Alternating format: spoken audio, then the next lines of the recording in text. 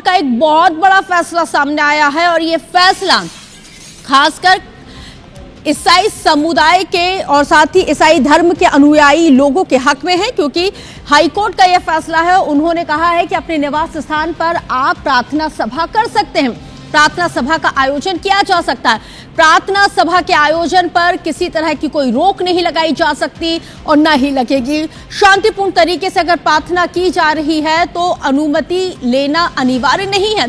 आयोजन से ध्वनि प्रदूषण को लेकर शिकायत की जा सकती है, लॉ एंड ऑर्डर की स्थिति में भी शिकायत की जा सकती है। साल 2016 के एक केस में हाईकोर्ट की एकल पीठ का यह बड़ा फैसला है। जांजगीर के नवागढ़ के 2 लोगों ने एक याचिका को लगाया था। पुलिस की ओर से जारी नोटिस को चुनौती दी गई थी। हाईकोर्ट ने पुलिस की ओर से जारी नोटिस को अब निरस्त कर दिया। तो देखिए, मौजूदा सिनेरियो में हमने कई जगहों पर देखा है कि जब प्रार्थना सभा का आयोजन होता है तो कई अन्य प्रकार के जो दल हैं मौके पर पहुंच जाते हैं, हंगामा करते हैं, प्रार्थना सभा निरस्त किए जाने की मांग करते हैं। और ये जो पुराना केस है, ये केस साल 2016 का केस है, जब 2 लोगों ने इस पूरे मामले में शिकायत की थी। उसके बाद ये बड़ा फैसला बिलासपुर हाईकोर्ट ने सुनाया है। यह राहत भरी खबर है।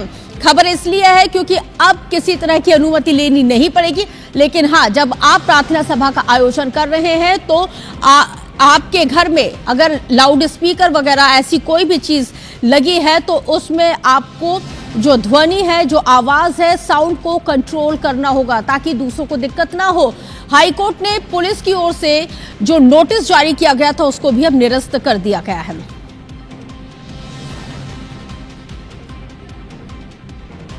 तो चलिए अब बिग वॉल पे आपको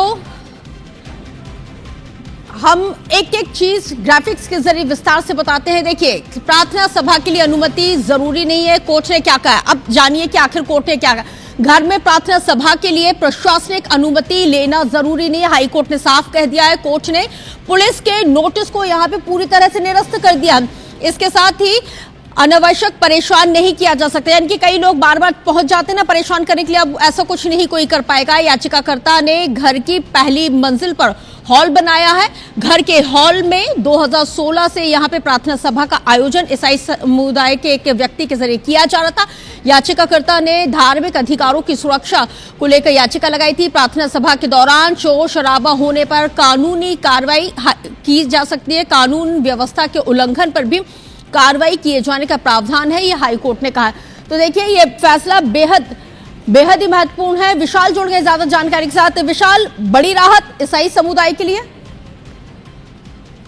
कोर्ट के द्वारा जो ये निर्णय दिया गया है, ये बड़ी राहत है ईसाई समुदाय के लिए। और जो बार बार ये कहा जा रहा था कि इससे कहीं न कहीं उनकी जो धार्मिक भावना है वो प्रभावित हो रही है और शांतिपूर्ण तरीके से जब वो अपने ही निवास स्थान पर इस तरह का आयोजन करते हैं, प्रार्थना सभा का आयोजन करते हैं, तो इसमें किसी को अड़चन नहीं आनी चाहिए। इस तरह की दलील पेश की गई याचिकाकर्ताओं के पक्ष से, तो इस बात को कोर्ट ने माना है। लेकिन कोर्ट ने साफ तौर पे ये कहा कि इन चीजों से कहीं न कहीं किसी न किसी स्तर पे न्यूसेंस क्रिएट ना हो और जैसे ऊंची आवाज में चीजें ना हो, ध्वनि प्रदूषण जैसी स्थिति ना बने और आसपास के लोग डिस्टर्ब ना हो, इस बात का भी प्रॉपर ख्याल रखा जाए।